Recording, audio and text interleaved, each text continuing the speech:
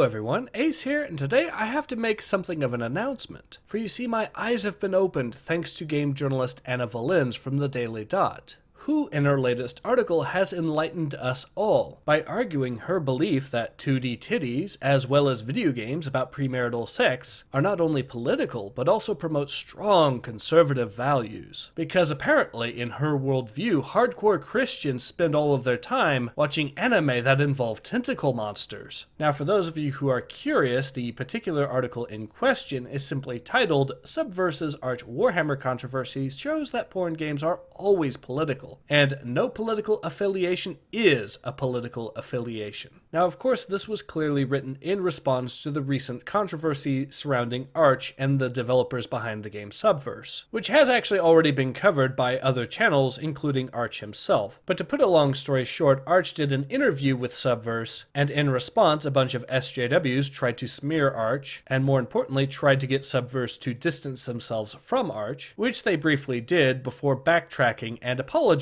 to Arch. So as you can probably tell, this resulted in the SJWs becoming further enraged at the fact that Arch has effectively countered their efforts to try to smear him. And so we are now starting to see news articles such as this trying to further smear Arch, as well as of course the game developers. And of course that means that Anna Valens here has decided to bring up the various jokes that Arch has made in the past, in an effort to make him look bad. Which means there's no real point in me covering that again because it's something that everyone has already heard a million times now. But what may be new to you is the fact that not only is Anna Valens arguing that porn is political, and also that video games are political, but that they are also pro-conservative propaganda. As in one paragraph, she mentions the writing of one Josh Tucker from The Outline, who argues that the video games industry relies on, and I quote, a vast heterogeneous player base to pay off their massive investment, but are more intent than ever on accommodating their zealous orthodox wing.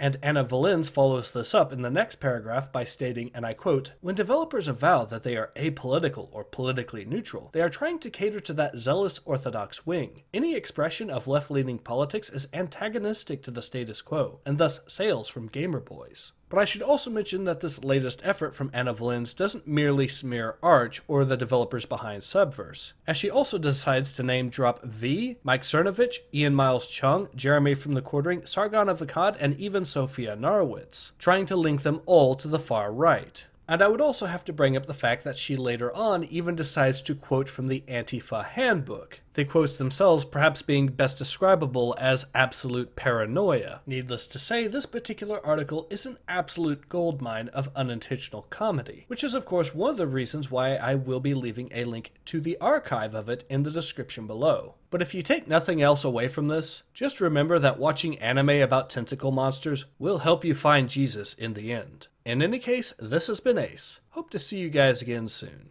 Take care. Ace out.